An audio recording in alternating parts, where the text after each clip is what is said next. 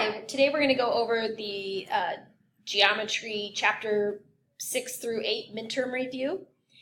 And so numbers 1 and 2, it says state if the polygon is concave or convex. On number 1 here, this vertice goes inside of the polygon, so it's considered concave.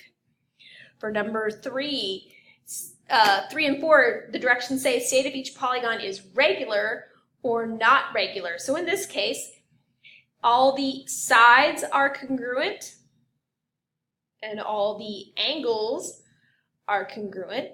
So it is considered regular.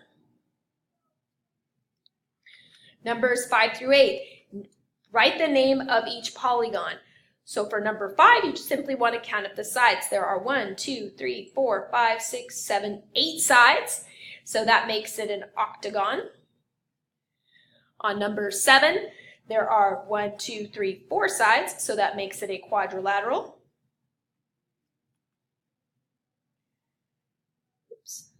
Quadrilateral. If you don't know those, I would suggest writing them down on your note card so that you can just look while you're taking the midterm. All right, flip over to page 2. On page 2, number 9 and 10 say, find the interior angle sum for each polygon. Round your answer to the nearest tenth if necessary. So on number 9, you want to pick a vertice. I like this one right here. And from here, I'm going to see how many triangles I can create or draw inside of this polygon. So I'm going to connect to each of the vertices that I can connect to. Notice that I can't connect, whoops, that was sort of straight.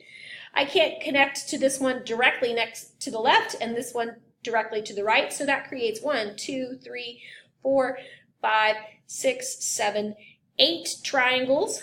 And each of the 8 triangles has 180 degrees. So we multiply 8 times 180 and you get 1,440. There's also a formula you can use, and you should write that down on your note card.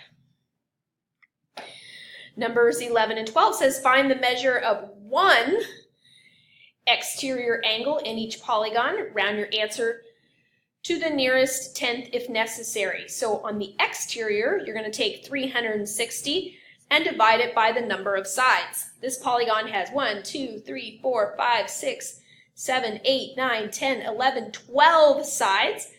So you're going to take 360, divide it by 12, and you should get 30 degrees. All right.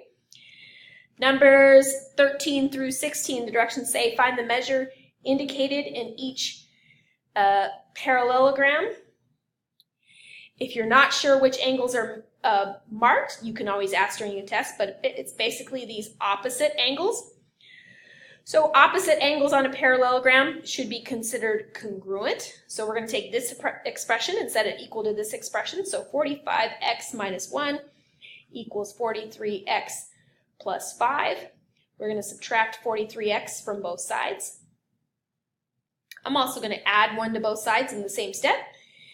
So these cancel and these cancel. 45x minus 43x is 2x. 5 plus 1 is 6. So we divide both sides by 2, and we get x equals 3. So the answer looks like it should be that angle R is 3, but that's not the case. You actually have to take the 3 and plug it back in there. So you're going to have 45 times 3 minus 1. Punch that in your calculator. You should get, what did I get? 134 degrees. Number 15, this time we have opposite sides, and on a parallelogram, those opposite sides are not only parallel, but in this case they are congruent. So we're going to set 2x plus 1 equal to x plus 4. Subtract x from both sides. I'm also going to subtract 1 from both sides in the same step. Over here, these cancel, so 2x minus 1x is x. 4 minus 1 is 3. We actually need to take that 3 and plug it back in for ml, but technically, you could plug it in either spot since they're congruent, right? So choose the one that's easier, right? So in this case, this one looks slightly easier because 3 plus 4 is 7. So ML is going to be equal to 7. All right, turn over to page 3. On page 3, we're still talking about parallelograms. And this time, they tell us some measurements for, well, let's see what it's for. TM, so here is from here to here. That's half of this diagonal, so that's 2x minus 1. And they also give us TV, that's the whole diagonal, which is 2x plus 18.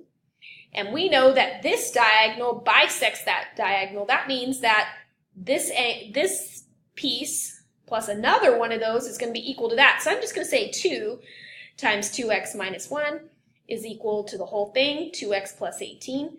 So I need to distribute over here. That gives me 4x minus 2. Don't do anything over on the right yet. Subtract 2x from both sides. Add 2 to both sides. These cancel, so we have 2x equals 20. Divide both sides by 2. So x is equal to 10, but we need to find the whole length of TV, so we got to plug it back in. So when we plug back in, we have 2 times 10 plus 18. So that's 20 plus 18, so 38. All right, jumping down to number 19. So number 19 says find the length of the midsegment of each trapezoid. So the midsegment theorem says that basically this line is parallel to both lines and it's half the sum of their lengths. So bead C, which we'll call x, is going to be equal to half of these two added together. So 13 plus 17 is 30. And half of 30 is 15, right? So 21 is working the other direction. We know the length of the midsegment, so let's double it. So let's double the 6.5. We get 13. That should be equal to the two sides, and I'm going to call this one x. So 4.6 plus x. That means we're going to subtract 4.6 from both sides. So x should be equal to 8.4.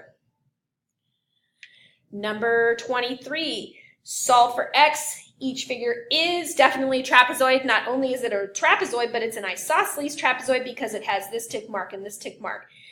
That means that these two angles should add up to 180 degrees. So we're going to say 100 plus negative 8 plus 11x equals 180. We need to combine some like terms and solve for our variable. So 100 minus 8 is 92 plus 11x equals 180. Subtract that 92 from both sides. We've got 11x equals, what is that? 88. Divide both sides by 11. So x is equal to 8. Just double check to see if you have to plug it back in. This one you don't. It just said solve for x. All right. Number 23. Not sure what they want us to do, but let's look and see what information they give us. They tell us that RT is 14. So here's R, here's T. They're talking about this diagonal right here. It's 14. QS, so here's Q, here's S. That diagonal is x plus 7. Because this is an isosceles trapezoid, because we have these little tick mark, that means the diagonals should be congruent. So we're going to say x plus 7 equals 14, subtract 7 from both sides, and we get x equals 7. All right, flip over to page 4, up at the top. We've got a proportion, and we know that proportions are solved by doing the cross product. So cross product, we're going to multiply this times this, set it equal to this times this. I prefer my variable on the left, so I'm going to do 3 times x plus 9 on the left side of the equal sign, and 7 times 9 on the right side of the equal sign. Over here I need to distribute. So I have 3x plus 27. 7 times 9 is 63. Subtract that 27 from both sides. 63 minus 27 is 36. So 3x equals 36. Divide both sides by 3, and we get x equals 12.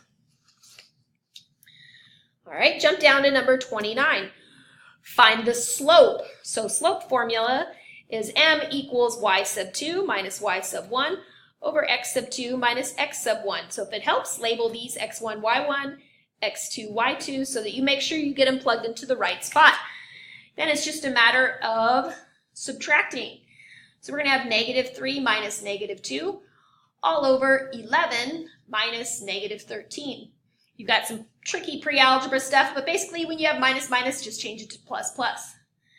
So negative 3 plus 2 is negative 1, and 11 plus 13 is 24, and it should be negative 1/24. All right. Number 31, we want to state if the polygons are similar. So we're going to set up a ratio and see if it's true. On this rectangle, we've got 4 to 7. On this one, we've got 12 to 21.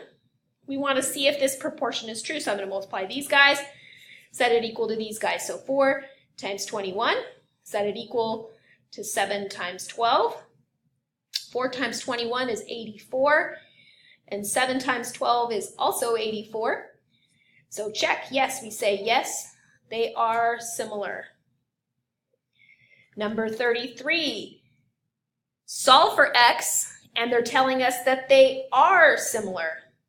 So we're going to do the same thing. Use these guys as our proportion. 4 to 6, as 12 is to x plus 7.